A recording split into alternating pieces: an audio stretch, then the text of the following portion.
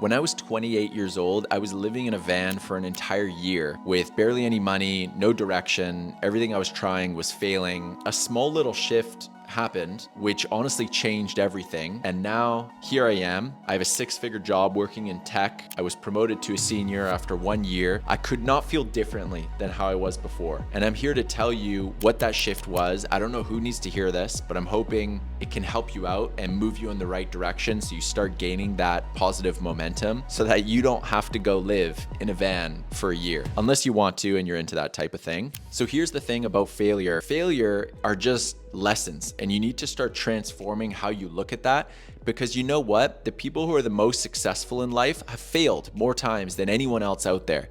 Whatever analogy you want to take, Babe Ruth, Michael Jordan, they've succeeded more than anyone in their categories, but they've also failed way more times than everyone else.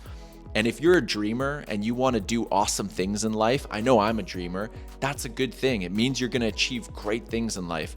It also means you're going to do a lot of trial and error. You're going to fail a bunch of times. You might feel lost. You're going to be tempted by your own emotions to start to get negative. And that's okay. That's a part of the journey. And that kind of brings us into this second shift that's really important, which is when you get into this negative spiral, this negative feedback loop. You got to realize that there is a science there. I'm sure you've heard of it. The neural pathways in your head, they reinforce themselves. So it becomes easier and easier to think in a negative way. So you got to try to snap yourself out of that. And there's a few ways that you can do it. Stop comparing yourself to other people. I know you've heard that a million times, but it's so hard to not compare. I do it right now. I'm new to filming YouTube. I compare myself to these YouTubers who have been doing this for 5 years.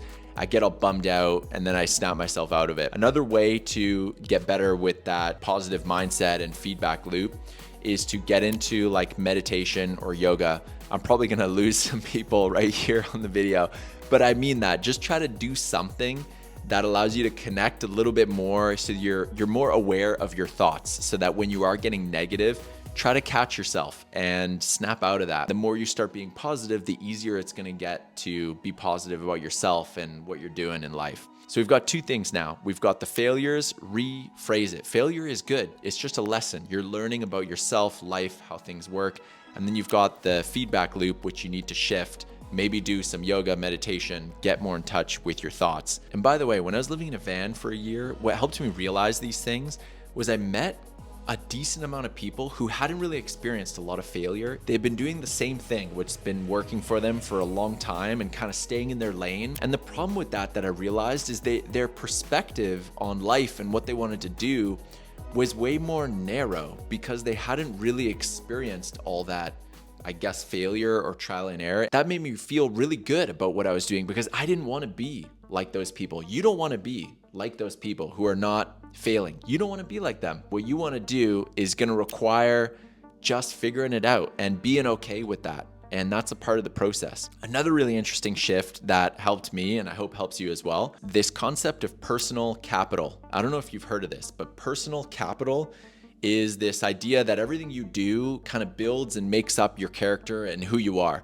even if it's good or bad stuff. So if you're trying a lot of things, you're feeling like a failure, that's okay. You're just getting more aware of how the world works, and it's building into your knowledge. It's building up your life experience, and that's great. It's going to take you somewhere, because maybe you're going to re-encounter those challenges or obstacles or things in some other job or endeavor, and you're gonna have already experienced them, and you're gonna be that much stronger to moving forward. Okay, but we missed something. So back to the comparison. It's important that you don't compare to other people, but compare just to yourself. Who do I wanna be in 2 years from now? What version of Sean do I wanna be in 2 years? What version of you do you wanna be in 1 year or 2 years from now?